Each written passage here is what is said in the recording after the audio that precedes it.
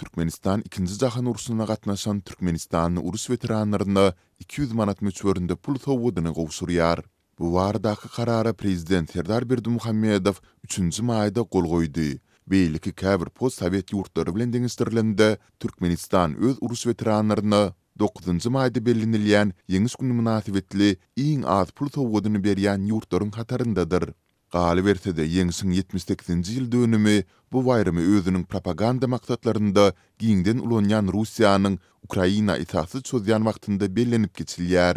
Prezidentiň adyndan gowşurulmaly 200 manat pul sowgady döwlet kursu boýunça $57, gara bazar kursu boýunça hem $10 möçberindäki teriste bolýar. Merkez Aziýanyň beýleki ýurtlarynda urus veteranlaryna ýeňis bayramyndan öň has kän pul sylyklary berilýär. Mysal üçin Gazagystanda veteranlara $3150, Özbekistanda $1587, Kyrgyzstanda $1142, Täjikistanda $240 möçberinde sowgat berilýär diýip Türkmenistanyň kronikasy bu baradaky degişli döwletleriň resmi maglumatlaryna salgylanyp habar berýär. Mundan başga da prezidentiň kararynda pul sowgady bilen birlikde urus veteranlaryna kymmat bahaly sowgatlary gowşurmak hem gözüňde tutulýar. Ýöne ozalky ýyllaryň tejribesinden belli bolsuna görä, Türkmenistanda urus veteranlaryna olaryň izinde galanlara prezidentiň adyndan diýilip berilýän sowgatlar adatça veteranlaryň özleriniň ýa-da büdjet idaralarynyň işgärleriniň hasabyna gowşurulýar. Galy berse-de Berdimuhammedow 1939-njy ýylda başlanan 2-nji jahan urusynyň 1941-1945-nji ýyllar arlygyny Sowet propagandasyna laýyklykda beýik watançylyk urusy atlandyryp, ýeňis gününi dawarly belläp geçmek barada tawsyryk berdi. Yerli media 9-njy maý güni Aşgabatyň halk hakydaty ýadygärlikler toplumunda we ýurdun beýleki regionlarynda ýürüýte çärleriň geçiriljakdygyny ma'lum etdi. Türkmenistanda 2-nji jahan urusynyň veteranlarynyň statusy ýylatyň sosial gorugy baradaky kodeksinde kanuny taýdan kepil edilýär. Prezidentiň adyndan sowgat bermek tejribesi döwlet propagandasyna öwrüldi.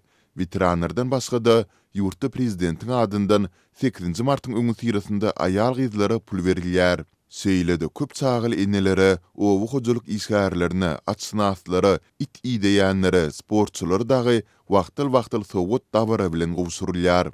Türkmenistandaky urus veteranlarynyň takyk sany baradaky maglumatlar elýeterli däl. Hökümetçi ýarym resmi nesirler 1941-1945-nji ýyllarda 300 000-den gowrak türkmeniň sowuşlara gatnaşandygyny we olaryň 70 000-den gowragynyň orden we medallar bilen tiýleglenendigini ma'lum edýär.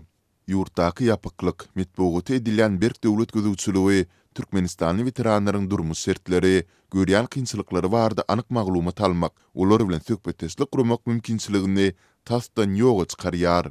Sol bir wagtda Türkmenistanda 2-nji jahan urusy, onuň turmagynyň we ýeňisiň şeýle gymmat düşmeginiň sebäpleri hakynda Sowet ýyllarynda aýdylmadyk, emma soň belli edilen we taryhyň dogruçul öwrenilmegi üçin zerur bolan taryhy faktlar, adamlaryň urusda we tilde gören tütümleri barada halka ýeterlik maglumat berilmeýär.